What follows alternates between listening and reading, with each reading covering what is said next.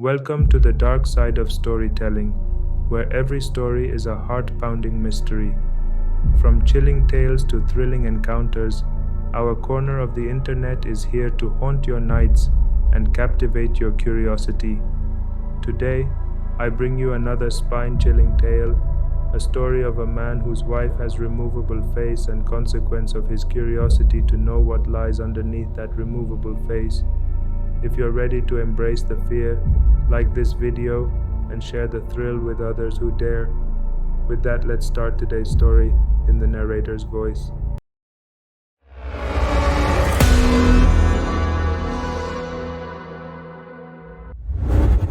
Well, it all started on our third date.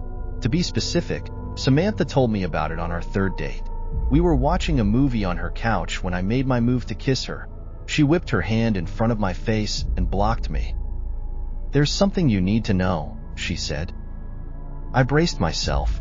Here it comes. "I'm not ready for a relationship. Nothing to do with you, of course." It was the absolute last thing that I wanted to hear, because I was already crazy about her. "Okay," I said. "I have a removable face." "That's a new one. You have a what now?" I was about to laugh, but she was wearing a deadly serious expression. "I have a removable face." "Is that, like, a metaphor or something?" "No, my face is literally removable. Look, closely." She lifted her chin and traced her jawline with a finger. "You can see the seam." After admiring how beautiful her neck was for a dizzying moment, I leaned in for an inspection. It was very hard to see, but it did look like there was a slightly unnatural transition there from her face to her throat. I grew dizzier as a dozen questions rushed into my brain. "Don't bother asking why or how or anything like that," said Samantha. "I can't tell you that. If that's going to be a problem, you should leave now. I'm letting you know this because I like you, and I want to take the next step, but this is non-negotiable." "Okay," I said, unsure of what was happening. "Not a problem. So what? You have a removable face. Who cares? It looks good." "There's something else. Once a day, usually in the evening, I have to remove the face and disinfect the inside of it. If I don't, it will rot. This takes about an hour, give or take, depending on how my day went. During this time, you must never ever look at my real face. Never. Do you understand?" "Why, yes. Got it. Don't ask about it. Don't look at your real face." Samantha stood up. "Now, I'm going to go into the bathroom and clean my face. That will give you plenty of time to think about what I've told you. If you're here when I'm done, that's great. I would like that. But if you're gone, I'll understand." She turned and walked into her bedroom. I sat in stunned silence as I heard the bathroom door close. I gave the thing some serious thought. It was possible that it was a joke of some kind. It was possible that it was a delusion. Was it possible that it was true? Well, it was certainly possible to transform an actor's face with movie makeup, so I supposed it was possible that Samantha wore a removable face every day. Maybe she had had a horrible accident where her flesh had been mangled. Maybe her face had been melted by acid, or burned by fire, or the skin shorn off by heavy machinery. If it had, I would never know, because she would never tell me, and I would never see it. I pictured a face of raw, naked muscle, rotting away. Could I kiss her, if that was what I was kissing? But wasn't that what we all were, under the skin? Just muscle and bone and blood and squishy organs. I paced around the living room, running my hand through my hair. I liked Samantha a lot. She was smart and funny and beautiful. But was that beauty real? Did it count? Did it matter if it was real or not? Was I being superficial even worrying about it? When she came out of the bathroom, I was still there. I looked at her face. She smiled and I was in love. Asterisk. We dated. We moved in together. We decided to get married. For the most part, it was a completely normal relationship, typical of two young people in love, building a life together. During the day, it was easy to forget about the face altogether. It looked natural enough, and only in certain positions and certain lights was there ever any indication that it wasn't natural. But every night was the same. Samantha would close herself in the bathroom, sometimes for an hour, sometimes for 2, and clean the inside of her face. The curiosity never left me. I would sit there and wonder what was under that face. I came so close to barging in on her a few times, but I never did. I did occasionally ask her about it, about what, if anything, had happened, about how it was possible to make the removable face look so real, about what it really looked like underneath. I tried to coax her into showing me, assuring her that I loved her no matter what, and didn't give a damn what her real face looked like. I was just curious, that's all. She never showed me, or told me the story behind it. She didn't get upset at me unless I was really badgering her. She'd just shrug and say, "You know you can't see it. You know I can't tell you about it." I never told anybody about Samantha's removable face. It's not that she asked me not to. I just didn't think it was anybody's business. Except once, I did tell somebody. It was during my bachelor's party. We had rented several cabins in Big Sur and spent the night drinking and packing our noses with powders that we shouldn't have been packing our noses with. Everyone else had passed out and the sun was creeping up behind us as I stood on the majestic cliffs with my friend Chris, looking down on the Pacific waves crashing against the rocks. Chris was my best friend, as close to a brother as I'd known. We'd grown up together and visited each other at college often and spent the summers together. After college, we'd moved to different cities, but we stayed in close contact. Standing there on the cliffs, I told Chris about Samantha's removable face. At first, he thought I was joking. Then he had 1,000 questions, most of which I couldn't answer. What's underneath? I don't know, man. I don't know. Doesn't that drive you crazy, not knowing? I shrugged. Lots of stuff I don't know. Don't know how to do calculus, and I don't know what happens when we die.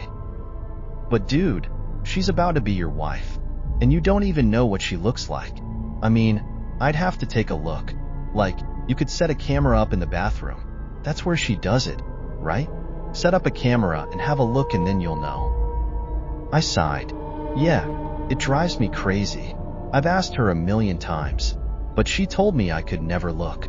Gotta respect that, man. Even if I don't like it. That's love. Chris laughed. You telling me to respect a woman? Up is down now. Then we fell back into talking about old times as a new day dawned. Chris was in town for business last week and planned on spending the weekend at our house. The conversation at Big Sur had happened 4 years ago, and we hadn't spoken about Samantha's removable face since, despite keeping in close contact and seeing each other as often as 2 people transforming into adults in different parts of the country can. It happened on Saturday evening. We were lounging lazily in the backyard, deep into the wine, having just finished with some grilled steaks, when I got a text from work. God damn it, I groaned. I have to make a work call. Seriously? Said Samantha, raising an artificial eyebrow. On a Saturday night? My biggest client, baby. Sorry. It is what it is, I guess, said my wife. I'm going to head inside and get cleaned up. Chris, are you okay just hanging out for a bit? Chris smiled. I'll be fine. Got my beer. Got some weeds to pull in your garden. God knows your lazy-ass husband isn't going to do it. Those tomatoes are choking to death. It's a tragedy. I rolled my eyes and went into the side yard to make my call. 15 minutes into it, I heard the screams coming from inside. Both my best friend and my wife were wailing in terror. I dropped the phone and ran into the house and down the hall to our bedroom. Through the open door, I could see that the door to the master bathroom was also standing open. Don't come in, screamed Samantha. I don't have my face on. Call an ambulance. He looked. Oh God, he looked. She sounded desperate and truly horrified. That made me desperate and horrified, and I wanted to rush into the bathroom, but I knew suddenly that that would be a mistake. I knew suddenly that Samantha didn't want me to look at her real face, not out of a sense of vanity, but for my own safety. Chris staggered backwards, out of the bathroom. He was holding a straightened-out paperclip, which he had used to pick the privacy lock. Now he was stabbing it again and again into his eyes, shouting gibberish. He was clearly in the depths of madness, and it turned my stomach to see him mutilate himself. "Call a fucking ambulance," my wife screamed. "Don't come in here." He fucking looked. I turned and ran back to the side yard, where my phone was lying in the newly mowed grass. My client was still on the line, alarmed, asking what was happening, what all the screaming was. I hung up on him and called 911. When the paramedics arrived, Chris was having a seizure in the hallway. Samantha was stroking his head, sobbing. Her face was on, but it had been done hastily, and everything looked a little off. My world has been dark this past week. My best friend is in a psychiatric hospital under suicide watch. He's completely blind and mostly catatonic, except when he slips into a violent, babbling mania. The doctors are optimistic that his state is temporary, but they don't know the truth about what caused it, because I told the paramedics that Chris had taken a large dose of psychedelic mushrooms and fallen into psychosis. I saw no good reason to tell the truth about what had happened. Who would believe that one look at my wife's real face would make somebody insane? At best, we would be the subjects of a long investigation. At worst, we would have to prove that what we were saying was true by showing somebody Samantha's face. Then the same thing would happen again, and what after that? I had no idea, and no interest in finding out. For Samantha's part, I knew that she would never consent to show anybody her real face, no matter what the consequences of refusal were. I did get a follow-up call from the police, asking me to confirm my story. The hospital found no traces of psilocybin in Chris' blood, though that's not unheard of, since it has a short half-life. If they end up testing his hair, I will likely be in a lot of trouble, but that's truly the least of my concerns. Samantha is in a state of her own. She still cleans the inside of her face, though not as regularly, and when she puts it back on, it's always crooked now. It is beginning to smell a little bit. I've tried to assure her that it wasn't her fault. He knew, I said. I told him that nobody was ever allowed to look at it. He knew, and then he broke into the bathroom. "This is not on you, baby. Please, talk to me." Not on me? That one look at my fucking face makes people insane. Please, I just need some time alone.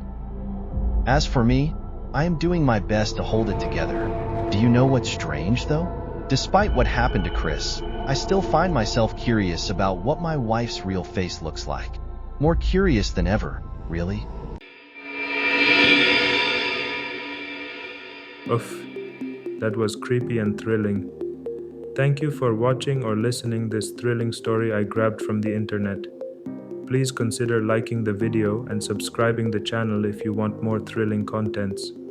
We will upload 4 to 5 videos every week. As Truman says in the film, in case I don't see ya, good afternoon, good evening, and good night.